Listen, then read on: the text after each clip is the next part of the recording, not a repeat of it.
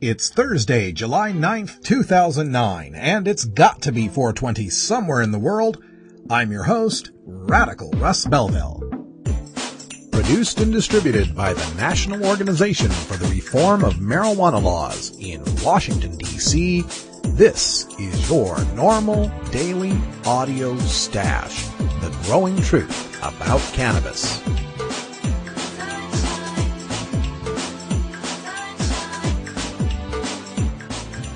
Welcome to the most popular podcast regarding marijuana in all of America and all the world, featuring interviews with scientists, politicians, doctors, prohibition policy activists, regular cannabis consumers, musicians, and NORML staff and NORML's board of directors, along with music and comedy no other podcast can offer.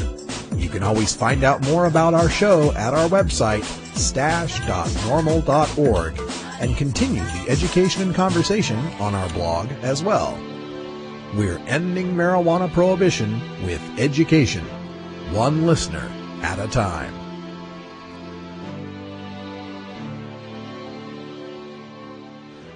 The podcasting and blogging technology for the NORML Daily Audio Stash is provided by Red Aphid Interactive Media. For your professional web design needs, visit redaphid.com. Good day, Stashers, and welcome to the podcast. I hope you're having a wonderful day. You know, everywhere you look these days, it seems like everyone's talking about legalizing marijuana. There's that commercial going on in California. There's the NORML commercial we put on earlier this year, and magazine covers and all of the talking head shows on the cable news channels are all bringing people on to talk about legalization. There's never been a better time to get involved with the marijuana law reform movement, and you can do so by forming your own local chapter of NORML. Already I've been emailing back and forth with some activists in Salt Lake City, Utah, who are looking to form a chapter there. They've got an email address set up, slcnormal@gmail.com, if you'd like to get involved, as well as activists from my home state in Idaho, folks in Wichita, Kansas, and Fargo, North Dakota emailed me this week. Just send me an email at stash@normal.org, and I'll give you everything you need to get started. Remember that it's not that NORML comes down from on high and installs some chapter in your area. It's up to you to start your chapter. It's all about grassroots organizing, and it only takes 5 of you to form your chapter, your board, and get started. You can make all sorts of change, even if it's just educating the public through tabling and having festivals and sponsoring events. You can sponsor legislation, do petitioning. If you're in a state that has an initiative law, you can do a statewide initiative. Or you can do an initiative at the city level. There's so many things you can do, and once you get plugged into the NORML network of activists, you'll have hundreds and thousands of people to talk to through email, the internet, telephone, and so on, to bounce ideas off of and get strategies. So get organized and join normal.org today. Now, coming up on today's Daily Audio Stash, we start with your hemp headlines, of course, with some commentary I picked up from a conservative website where a very thoughtful conservative writer defends legalizing marijuana. It's something I want to hear more of. My home state of Idaho comes back with a very surprising circuit court decision regarding marijuana and driving. The Willamette Week in Portland, Oregon does a cover feature story on the legalization of marijuana, and my commentary on Eddie Lepp and Charles Lynch, federal felons or freedom fighters. Today we visit our Southern California scene, and Terry Joyce brings to us an activist by the name of Lanny Swerdlow out of San Bernardino, California, with some great tips about marijuana. Our Daily Toker Tunes, brought to you by MarijuanaMusicAwards.com, features another American Marijuana Music Award winner for the best blues song, Various Lazy, will be in the house today. And in our Cannabis Conversations, we visit with Bruce Merkin, the communications director for the Marijuana Policy Project, to talk about the effectiveness of their ad that they put out in California and how banning it on a couple stations is actually getting them more traction. We've got the pulse of the cannabis community covered here at the NORML Daily Audio Stash every day. Make sure to check the blog at stash.normal.org for transcripts of these news stories on the stash, as well as other news stories that we don't have time to fit here. And now it's time for your NORML Daily Audio Stash. Hello, I'm Paul Stanford from the Hemp and Cannabis Foundation, or THCF. Medical marijuana is legal in 13 states today, and THCF has clinics in 8 of those states. Our doctors help qualified patients obtain an authorization for medical marijuana in their state. Patients are eligible for medical marijuana with a history of either severe chronic pain and or nausea, cancer, AIDS or HIV, hepatitis, glaucoma, seizure disorders like epilepsy, chronic muscle spasms such as in multiple sclerosis or asthma, neurodegenerative diseases such as Alzheimer's, and gastrointestinal disorders like IBS or Crohn's disease. If you or someone you know has one of these conditions, our doctors will help you obtain a permit for medical marijuana. THCF Medical Clinics has offices in Washington State, Oregon, California, Colorado, Hawaii, Nevada, Montana, and now Michigan. Call 1-800-723-0188 or go to the web at hemp.org or 1-800-723-0188.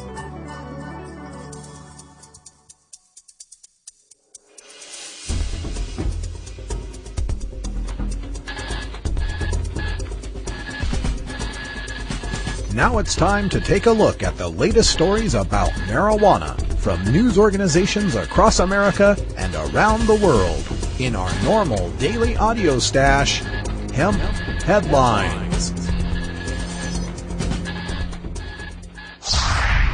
Conservatives for legalization. If the conservatives in America wish to resurrect their Republican Party at its lowest approval ratings ever, they would be wise to return to conservative roots of small government, individual responsibility, and personal liberty by supporting marijuana legalization.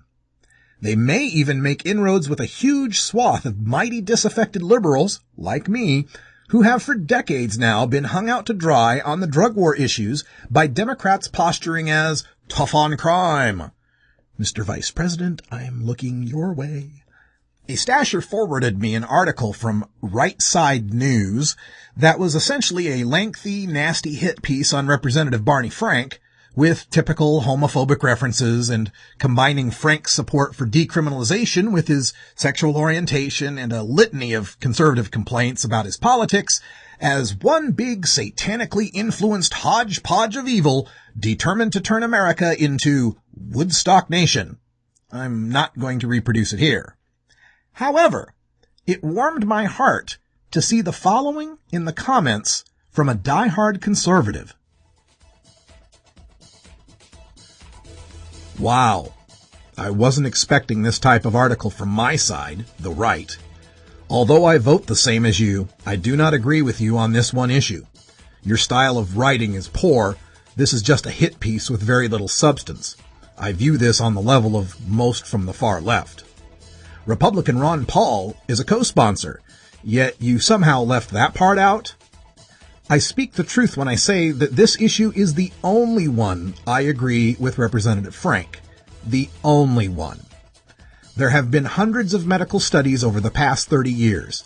Nearly every one refutes your cherry-picked reports, and the fact that the DEA does not support ending prohibition of cannabis is absolutely worthless. The DEA receives billions of dollars to fight the war on drugs. They have a pony in the race. Of course they want to continue receiving the vast sums of money.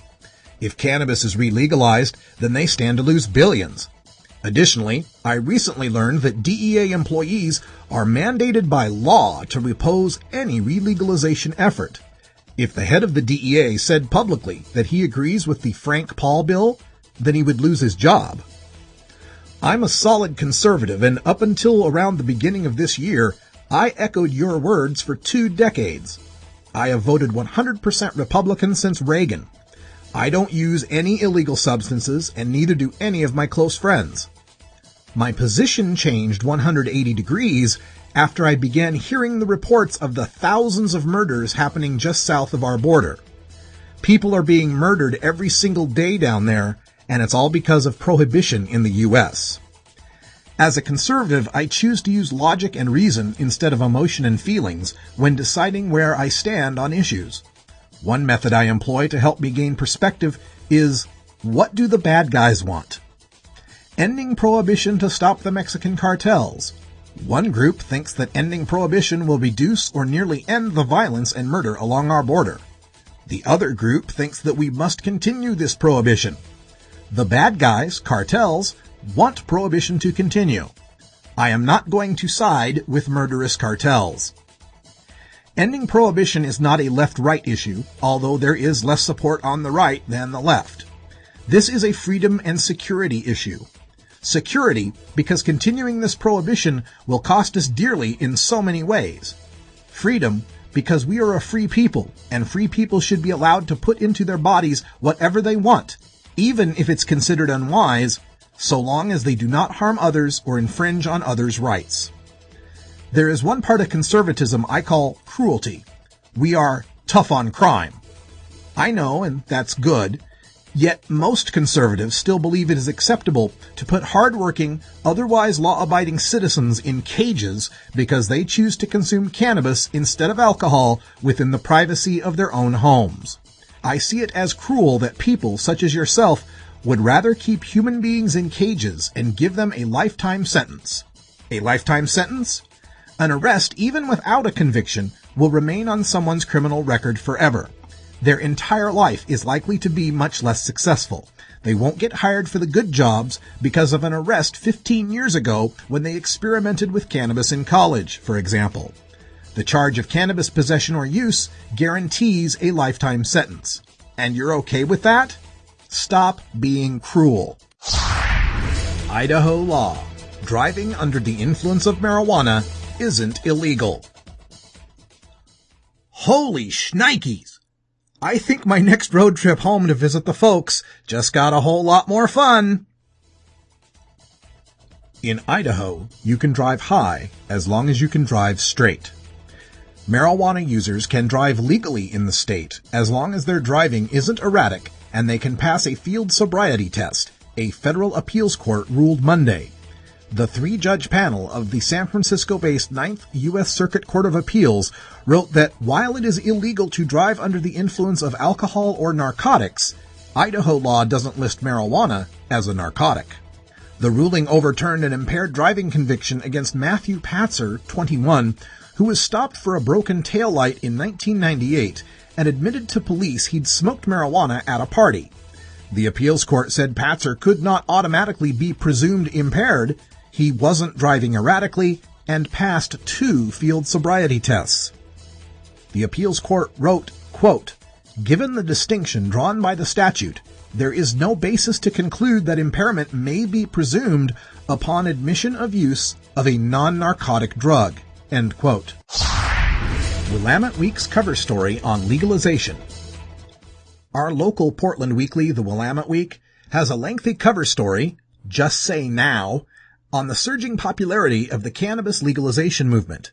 It features quotes from Ethan Nadelman of DPA, Bruce Merkin of MPP, Representative Barney Frank, and others, and gives the average non-reformer a really good explanation of the valid reasons to end prohibition. But what most warmed my heart is the accompanying article by James Pitkin on the local efforts to legalize cannabis in Oregon. Last month, when CNN's Anderson Cooper needed a place other than overhyped California to film a series about legalizing pot, his producers called the head of the National Organization for the Reform of Marijuana Laws. NORML Executive Director Alan St. Pierre knew just where to send them: Oregon. Quote, "Oregon is second fiddle to California," St. Pierre told Willamette Week in a phone interview from NORML's office in Washington, D.C., "but it's really the only other instrument in the orchestra," end quote. Some eye-popping statistics show Oregon Governor Ted Kulongoski and other Oregon leaders may be passing on an opportunity. The feds consistently put Oregon in the top 10 states for cannabis use. More than 300,000 Oregonians say they've smoked marijuana in the past month, more than 8% of the population. If pot were sold by the state, some say it could outstrip liquor as a revenue source, bringing in up to $200 million a year. Without a standard-bearer in Salem, Oregon's small but earnest band of cannabis activists is left to do for themselves. They plan to put the issue on the 2010 ballot with an initiative called the Oregon Cannabis Tax Act. If they can gather 87,000 signatures to put it on the ballot, and voters then approved the initiative, the act would set up the Oregon Cannabis Control Commission. The new agency would sell pot to buyers 21 and over, with 90% of the profit going to the state's general fund and 10% for drug treatment. The article also includes a review of state politicians and their stand on legalization, with a surprising number in favor of legalization, but unwilling to risk political capital to push for it. Eddie Lepp and Charles Lynch, federal felons or freedom fighters? Commentary by Radical Russ. Sometimes I feel like I'm suffering from outrage fatigue. Day after day after day, I interview the Charles Lynches, Eddie Lepps, Karina Amatos, Eugene Davidoviches, the decent, beautiful, and courageous fellow citizens, brothers and sisters of this movement, who are the frontline casualties of this war on marijuana. To a person, each one I've talked to, and met in person like Eddie, are the kind of people you'd want babysitting your kids, inviting you to a neighborhood barbecue, or smoking a bowl with. And I have. But there's a picture that I've posted at stash.normal.org that just made me cry. It features Charles Lynch on the left, who has yet to go to prison, standing with Eddie Lepp on the right, on his way to serving 10 years in prison as a man in his late 50s, standing underneath the highway sign that points to the correctional facility, all for being gardeners. And yet, in the photo, there is that mischievous smile on Eddie's face, and a determined look on Charles's that still gives me hope. We don't face the lynchings that African Americans faced. We don't face the bashings that gay and lesbian Americans face. Our oppression is more sanitary, codified into laws that don't directly consider us 3/5 of a human or sodomites, but indirectly demean and imprison a set of American free thinkers who dare to challenge the orthodoxy of synthesizing nature into a nice little pill so middlemen can get rich.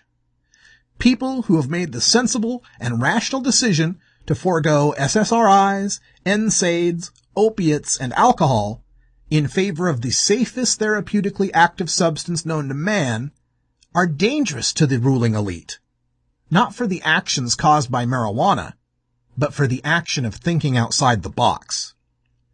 The war on marijuana is not about the eradication of a plant species.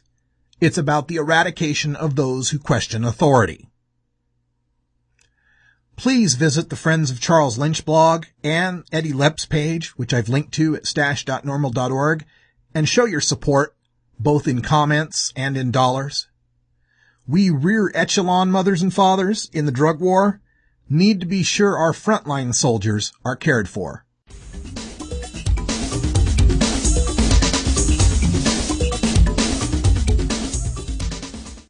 Win people over. You can't just drone on like Ben Stein. You've got to have a little more showmanship. Here, watch. NORMLCon 2009. Yes, We Cannabis. September 24th through 26th, 2009 in San Francisco, California.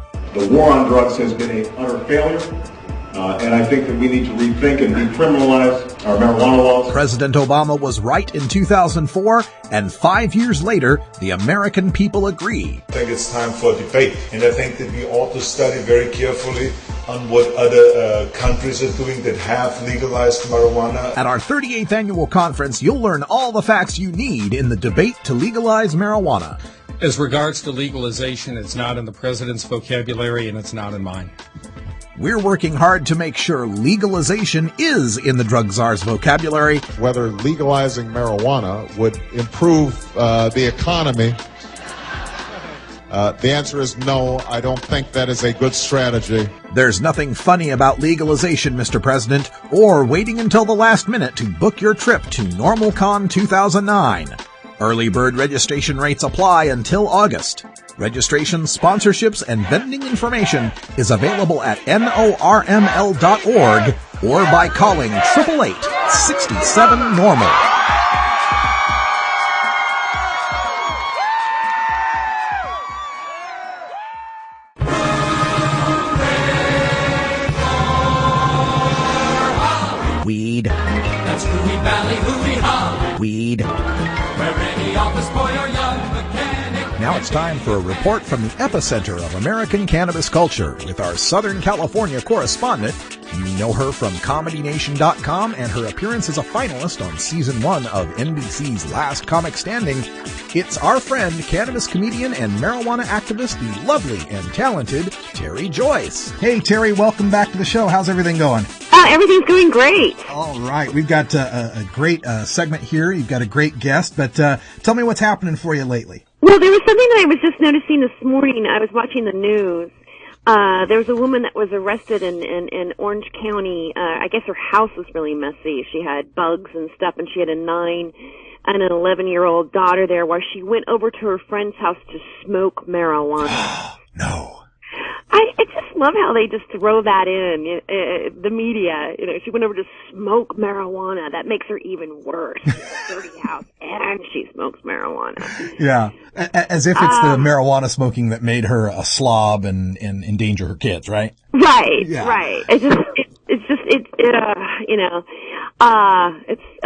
unbelievable sometimes. I mean, can you imagine? Anything that you could do, like you could be a pedophile and you smoke marijuana. It's like, and let's just throw that in there too. Yeah. Our guest today we have a very interesting guest. He is a marijuana activist in the San Bernardino County Inland Empire area, which has its own set of problems. And we met, we were doing a benefit for Rich and Joanne. Do you remember when we had Right. Rich and Joanne? Okay. We were actually hosting a show together, the whole entire event, and there was an auction going on. And I had never done an auction before. And it was quite embarrassing because you'd throw out the price, and then he would bid something just to get the bidding going, then I would do his bid. And he goes, No, I'm bidding on that. And I go, wait a second. It was like an Abbott and Costello routine. It was like so embarrassing, but he still likes me after that and said he would do the show. Okay. So I'd like to introduce Lanny Swerdlow. All right, Lanny, welcome to the Daily Audio Stash. Well, it is an honor, and I am flattered to be here on your show. Thank you very much. Well, thank you. And I'm glad we have you here because, like Terry said, you're working there in San Bernardino County, and a lot of people outside of California that are looking into California, looking at the California marijuana movement and medical marijuana specifically, might think of the Golden State as just one big pot paradise where everybody loves marijuana, but really it's not that way. You've got a kind of a county-by-county situation. I was hoping you could tell our listeners a little bit about what it's like to try to do what you do in San Bernardino. Well, I always refer to Northern California as medical marijuana nirvana, and Southern California as medical marijuana purgatory, and the Inland Empire, which contains San Bernardino County and Riverside County, as medical marijuana hell, because these two counties continue to arrest and prosecute patients. Although we made some progress in Riverside County. We work not only in San Bernardino County, we work in what's called the Inland Empire, which is made of San Bernardino County and Riverside County. And we made some progress in Riverside County. Riverside County was the first county in Southern California, for example, to enter the medical marijuana ID card program in Southern California. But they're still very reactionary, just like San Bernardino County. In fact, San Bernardino County, along with San Diego County, filed that lawsuit to have Proposition 215 overturned. Riverside County wanted to get in on that lawsuit, but they were too incompetent to get their briefs in time, and the court refused to allow them to be a party to the lawsuit. But they were just chomping at the bit to get in there and see if they can get this proposition overturned anyway. But as you know, San Bernardino County, San Diego, the lawsuit failed. The Supreme Court said, no, we're not going to even look at this issue. You have to do what your California Supreme Court said, and the California Supreme Court said you have to enforce state law. You can't refuse to enforce state law on the basis that it's illegal under federal law. You must do what state law tells you. So now San Bernardino County is going to start issuing the ID cards, and on August 14th they're going to start the program going, and supposedly they're even making moves to set up an ordinance to allow collectives to operate in the unincorporated areas of San Bernardino County. And they're doing this without us even, really pushing them very hard, which is remarkable. Yeah. Generally, we find we have to not just give a little nudge, but an outright shove to our elected officials in this area to get anything done. So, in fact, I have a meeting tomorrow with the Planning Commission in San Bernardino County about this ordinance. So hopefully in a couple months we're going to see an actual ordinance. The question, of course, is going to be in the details. How is this ordinance going to be written?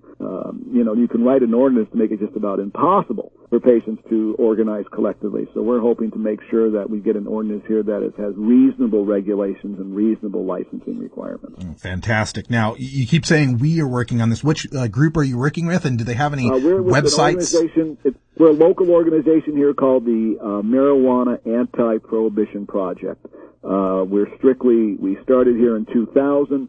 We see ourselves as strictly local. We work with our local elected officials and our local law enforcement to see to it that California's medical marijuana laws are enforced. Of course, we get involved with state issues and federal issues, but we usually leave that to the big boys like ASA and NORML. Right. Do you guys have a website if people in the San Bernardino area want to get in touch with you? Yes, and remember, always add Riverside. It's San Bernardino and Riverside. Riverside, yes, thank you. It's www.marijuananews.org. Okay, marijuananews.org. .com is another site. We're www.marijuananews.org. All right. And go ahead. And like you, we do a radio show, too, out here. Oh, okay. Let's give some info on that. Can access. In fact, our radio show is over the air. It's broadcast on a San Bernardino radio station, KCAA, which is 1050 AM, which, as I understand it, makes us right now the only radio show in the country that's broadcast over the air on a regular basis. Yeah. And it can also be heard on the internet at www.kcaaradio.com. It's on every Monday at 6 o'clock. And hey, you should tune in next Monday because we give away a $25 gift certificate at a local hemp store here. But of course, if you live in Washington, it'd be kind of a drive to come out here to redeem your $25 certificate. Yeah, you got a point there. So how long have you been involved in this movement? Does this predate Prop 215 for you? No. Well, I've been involved. I got involved in 1995 when I became a caregiver for a close friend of mine who had AIDS, and this was a roly-poly guy that had wasted away practically next to nothing. And I saw that his use of cannabis helped his appetite, so he'd eat and keep his weight on, and it helped control all the side effects from all the medications he was taking. And, back in 95, AIDS was a terminal disease. You got AIDS, you died. So it was kind of depressing. And the cannabis helped build up his spirits, made him feel better. And, to get the medicine, either he or I would have to go out in the streets and deal with black market criminals to get something that was essentially keeping him alive. I began to realize this is beyond belief. And so I got involved with the local movement there in Oregon to get a medical marijuana bill on the ballot, which passed. And then later on, I became a medical assistant, and I went to nursing school, and I became a nurse. And when I became a nurse, I became absolutely radicalized by the benefits of cannabis to my patients' health. And so I really threw myself in the movement. I even do a seminar now. Every Friday night at 8 o'clock, I have a clinic I work out of in Riverside. I have a seminar entitled, get this now, The Anti-Aging and Health Benefits of Marijuana. And the seminar's bottom line is that you should be using marijuana. If you're not using marijuana, you're negatively impacting your health. That cannabis should be seen as like a supplement. You take calcium supplements to ward off the development of osteoporosis, and you take cannabinoid supplements to ward off the development of age-related illnesses like cancer and cardiovascular disease and Alzheimer's. Oh, that is so fantastic, Lanny, because I'm always telling people that you understand why that's true. Yeah, I was going to say, I find that fantastic because I'm always, in this reform movement sometimes, it seems to me a lot of people go out of their way to say, well, I'm against the drug war and I'm against the policies and the prohibition, but they always hesitate to say anything positive about marijuana, like it's good for you. So that's amazing that you're doing that. That's it. They always say, it's benign, or it doesn't cause any problems, or it helps some people on their deathbed. Give me a break. Yeah, it does all that. But that's not the point. The point is it has tremendous health benefits. We've known that for thousands of years. Our grandparents used to go down to the corner drugstore and get all kinds of medicinal preparation of cannabis. Everybody had some kind of cannabis preparation in their medicine cabinet in the 20s and 30s. And suddenly it became a drug so dangerous that even doctors couldn't prescribe it for their their patients, and now patients, for pain have to turn to Vicodin or Percocet, or if they're depressed, they have to take Zoloft or Wellbutrin. This is crazy. This is absolutely insane. People need this cannabis for promotion of their health, and that's how we have to get it out to people. We have to be telling them, listen, it's not some kind of esoteric thing. This is important for your health. Well said. Terry, do you have any questions for Lanny? Actually, I think he's pretty much said everything. I'm amazed. I mean, it is true. I do believe that it is good for our health, and again, it's like the ad. It's the stigma. Oh, they smoke marijuana. I mean, how much more can you do that to us? And blindly lead us into that to believe that it's something immoral, or you're a degenerate because you decide to do that. I'm tired of the personal discrimination myself. I'm getting used to it. But the minute I started to support medical marijuana, I did have some people that lashed out and said, "Oh, you're a pothead," or I talk about it, and all of a sudden I had a judgment that I didn't have before, and I'm fascinated by that. It's a cultural stigma that we need to get beyond. Yeah. Lanny? The problem with the movement is that we get so wrapped up in the legal issues that we forget about the bottom line, which is the health issues, and that's what it's all about. And that's what we have to communicate to the people. You talk about these laws and bans and moratoriums.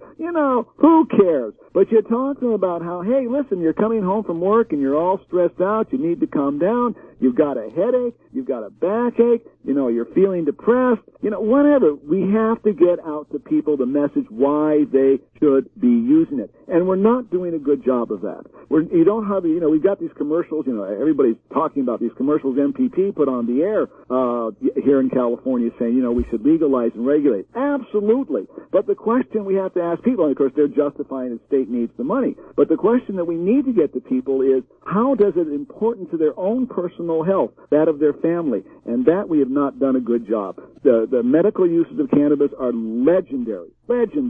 And we have done a horrid job in getting that information out to the public, and that's what we need to do.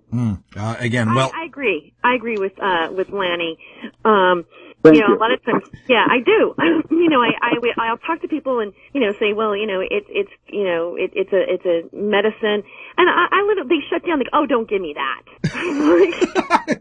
One of my favorite things to do. You don't even listen to me for a second. You've already gone someplace else in your head. It's frustrating. But one of the things, we have our meetings here. We have a patient support group meetings, 3 different meetings throughout the Inland Empire every month. And one of my favorite things to do at the meetings is ask people, well, how many people here think that marijuana is beneficial to their health? Of course, everybody raises their hand. What do you expect? But it's the enthusiasm with it. They don't just raise their hands. They throw their hands in the air, and they know it's so important to their health. They know how much it improves their lives. Yeah. I'm going to have to leave it at that, Lanny. That's about all the time we have, but I want to encourage everyone to check out marijuananews.org. And if you're in the Riverside, San Bernardino area, listen to KCAA 1050 AM Monday, 6 p.m., or check it out on kcaaradio.com. Lanny Swerdlow, thank you so much for joining us here on The Stash. Well, it's my pleasure, and you're doing what you're doing. This is wonderful. You're educating the public about the importance of cannabis, and we all appreciate that. Thank you, sir. That's what we're all about. And Terry, thank you for bringing us another great guest for our Southern California scene. Thank you. I'm happy that he said yes. All right. Talk to y'all later. I'm a doctor. I'm a lawyer. I'm a journalist. I'm a student. I'm a teacher. I'm a representative. I have cancer. The outdated laws of prohibition are more dangerous than the plant itself. I lost my scholarship. I was fired. 20 million arrests since 1965. This is getting ridiculous. Our prisons are overcrowded with non-violent offenders. We have the opportunity to change. This is costing our country billions of dollars. Making my family and I fight in a courtroom is difficult enough when I'm already fighting through chemotherapy. There's no reason to be scared by tradition anymore. We can stop this. We can stop this. We are the American people. We can stop this. And you have our support. We're old. Young. Straight. Gay. We're every race and nationality. And we're not going to give up. You can tax it. You can regulate it. Apply age restrictions. You can create millions of new jobs. We can save our economy. President Obama? It's time for legalization. Legalization. Yes. We can. This has been a public service announcement from NORML.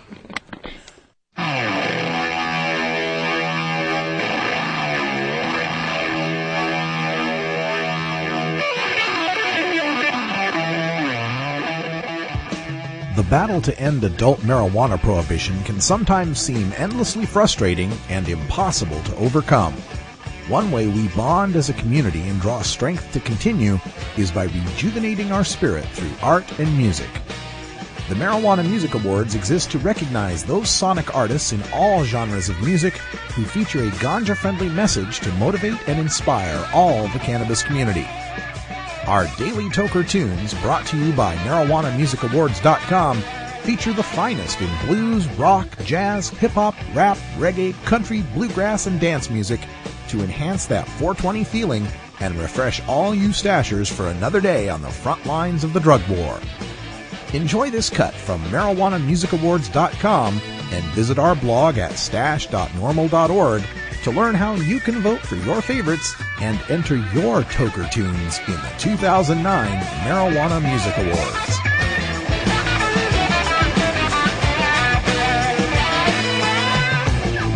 Today's Toker Tune is 2009 American Marijuana Music Awards Best Blues Song, Seems Like the Blues by Various Lazy. Inspired by greats in the jam band world, Various Lazy's new CD features unconventional song arrangements, lyrical oddities, and an idiosyncratic sound. Various Lazy take pieces of jazz, bluegrass, rock, and blues and combines them to make something altogether new that is nothing short of a musical adventure. Keep updated about Various Lazy at myspace.com/VariousLazyLive. And registered stashers, you can get an MP3 download of this tune. It's the 2009 American Marijuana Music Awards Best Blues Song, Seems Like the Blues by Various Lazy.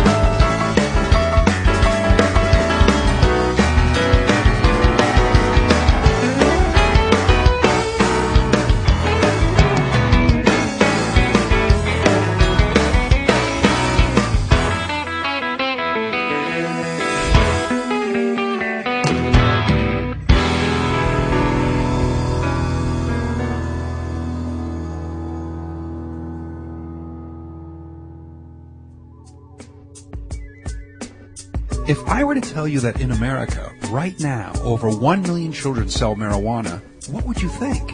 Would you think that any public policy that creates over 1 million teenage marijuana dealers needs to be re-examined and possibly amended? You would not be alone. The members of the National Organization for the Reform of Marijuana Laws, aka NORML, have been working since 1970 to reform marijuana laws such that responsible adults, not children, sell and use marijuana. Isn't it high time to reform America's misguided marijuana laws? This is Alan St. Pierre, Executive Director of NORML in Washington, D.C. Only concerned citizens can effectively end the federal government's nearly 70-year-old prohibition on responsible adult marijuana sales and use. Want to know more about how you can help? Contact us at NORML, toll-free, 888-67-NORML, or by visiting the organization's popular and informative webpage at NORML, NORML.org.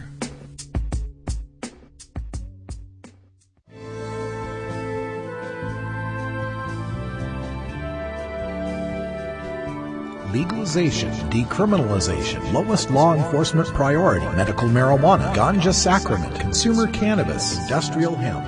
The world of marijuana law reform involves many different aspects of cannabis that intersect nearly every public policy discussion in America, including healthcare, the economy, global climate change, law enforcement and prisons, immigration, religion, free speech, energy policy, and war. Now we take a look at how re-legalizing marijuana will change the world in our NORML daily audio stash, Cannabis Conversations. Joining me today for our Cannabis Conversations is Bruce Merkin, the Communications Director for the Marijuana Policy Project. Welcome back to the show, Bruce. Hey, good to be here, Russ. We've got you here because of the great news about MPP's new ad in California. We played it on the show yesterday, and the response has been fantastic from our listeners. And of course, the big story here is how a lot of these news stations or these network stations rejected your ad, and that actually gets us some more coverage. I was wondering if you could tell us a little bit about what's happening now with that ad and the media response to it. Well, sure. As you said, the response has been remarkable, and the controversy generated by a number of stations refusing to air it, I think, paid off amazingly in free publicity, frankly, and we hadn't calculated that at all. But in part because of that, we've been on Fox News and even the Today Show on NBC talking about this. So I suppose we owe some sort of debt of gratitude to KABC and KGO and KNTV and the other stations that refused to air the spot. The one positive development, for a couple of days, we literally could not find a broadcast station in Los Angeles that was willing to air it. We were on cable down there, but not on any broadcast TV. Now KCBS, the CBS affiliate in Los Angeles, has agreed to air the ad, and it's going to start on Saturday down there, at least for a couple days. Oh, that's great. We moved most of our money into cable because we couldn't find any broadcast, but we are at least going to air it a few times on KCBS. And we've had no trouble in Sacramento at all, and we are on a couple broadcast stations in San Francisco as well as cable.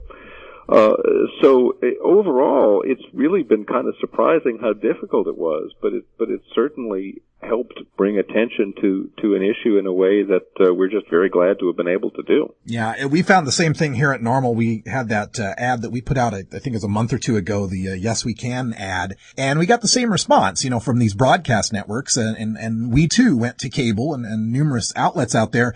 What are some of the excuses that the broadcast media give you with regard to not playing the ad? Well, most of them have been kind of carefully vague and not elaborated. They've said stuff like, well, our standards department didn't approve it, or we were uncomfortable with it, but didn't elaborate. The most explicit explanation we've gotten was a phone conversation I had with the general manager at KABC TV in Los Angeles, who said he believed that the ad promoted marijuana use and he didn't want to do that on his station because marijuana is illegal. Well, you've played the ad. You and your listeners know it doesn't promote marijuana use. It doesn't say go light up. It just says there are millions of marijuana consumers in this state who would like to be able to make their purchases through legitimate businesses and pay taxes on them like everybody else. Yeah, and looking at the video on the ad, I don't even recall seeing any marijuana. There is no marijuana, there are no joints, there are no marijuana leaves. This is we were not trying to kick up a controversy here. We were just trying to make a political point. Yeah, and the thing that strikes me about this, and some of my listeners brought this up as well, is that when the governor of the state is calling for an open debate about legalization, right there, that gives the leeway to these stations to be broadcasting this as a political ad, not as some sort of marijuana advocacy. And some had asked if whether or not there might be some sort of complaint that MPP could do here through the FCC or some other authority of this being a limitation of political free speech. Any ideas on that? Well, first of all, I should say that I'm not a lawyer and I don't even play one on TV. But what I'm told by our legal experts is while you can always file a complaint with the FCC, it's very likely that they haven't broken any laws, that stations have a fair amount of discretion in what they choose to air. That said, I do think there's some fundamental unfairness going on here, because you can bet that pretty much all of these stations have aired the ONDCP, drug czars, anti-marijuana ads, which I'm sure your listeners are familiar with, which are frequently just thoroughly dishonest, and I doubt that any of those have been turned down for broadcast standards reasons. So, in effect, whether they want to think this or not, some of these stations really have been taking sides in the debate by airing one side and not the other, and I just find that totally inappropriate. And looking at that study that they did on those ONDCP anti-pot ads that showed that kids may have been more likely to try marijuana after seeing those ads, we could actually argue they're the ones promoting marijuana use, don't you think? Well, indeed, and of course there were a whole lot of problems with those ONDCP ads, but the bottom line for us is that they're certainly aimed at making people think marijuana is bad, terrible, and awful. We're trying to respond, not even saying marijuana is wonderful, simply saying people shouldn't be arrested for it, it should be legal and regulated. And for TV stations to treat that as some sort of promotion of illegal drug use is really missing the point and kind of sad. Yeah. Now, have you gotten any reaction at the national level, the federal level, from the Obama administration or the ONDCP? No, I think they're just trying to pretend we're not around. Well, so nothing changes, huh? Yeah, right. And I think that's really been Obama's approach to the whole marijuana issue at this point. He wishes it would just kind of go away. Yeah. What are your plans going forward with these media buys? Are there more ads planned or different stations you want to play this particular ad on? Well, at this point, we're not planning too far ahead. It's going to keep running for a few more days. And frankly, we're not sure that we've got the budget to keep going much longer than that. We hadn't budgeted for this. This is, buying airtime in California is not cheap. Sure. We sort of felt that we had to do it while this budget crisis is going on.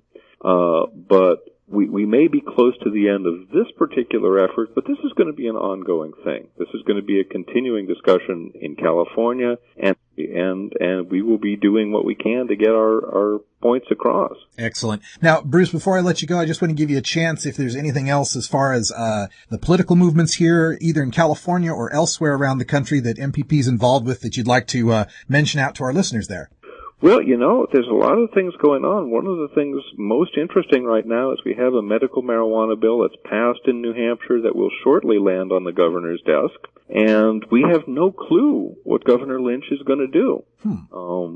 The bill was modified to try to meet his objections, and we may have a 14th medical marijuana state very soon. But if you live in New Hampshire, it's certainly a good time to call and write the governor politely, respectfully, but let him know you think that he should sign the medical marijuana bill when it gets to his desk. All right. Well, that's good news there, and good news on the KCBS. Again, remind our listeners when they can catch that or where they can catch that KCBS ad. Well, the simplest thing to do, of course, is to go to our website, which is mpp.org. But if you happen to live in Los Angeles and want to tune in to to KCBS, you will be able to see it on Face the Nation on Sunday. Oh. And the 6 p.m. news on Monday, and the very early news, 5 p.m., on, I think, Saturday and Monday. You mean they didn't schedule to play the ad at 4:20? I don't think we could schedule it quite that precisely. Stuff. I'm surprised. Usually the media likes to throw those pop puns at us, so I just, something I was thinking of. Bruce Merkin's the communications director for the Marijuana Policy Project, available at mpp.org. Check out the ad at mpp.org. I've also got a copy of it playing up at stash.normal.org. And thanks for joining us again, Bruce, and good luck. All right. Thanks, Russ. Thank you for downloading the NORML Daily Audio Stash, the growing truth about cannabis. We are produced by the National Organization for the Reform of Marijuana Laws in Washington, D.C. Our executive producer is Alan St. Pierre. Our deputy director is Paul Armentano. Our webmaster is Brian Judy. And web production is provided by Red Aphid Interactive Media. As always, you can catch up on the latest information about marijuana at www.norml.org. And you can interact and download from our Audio Stash blog at stash.normal.org.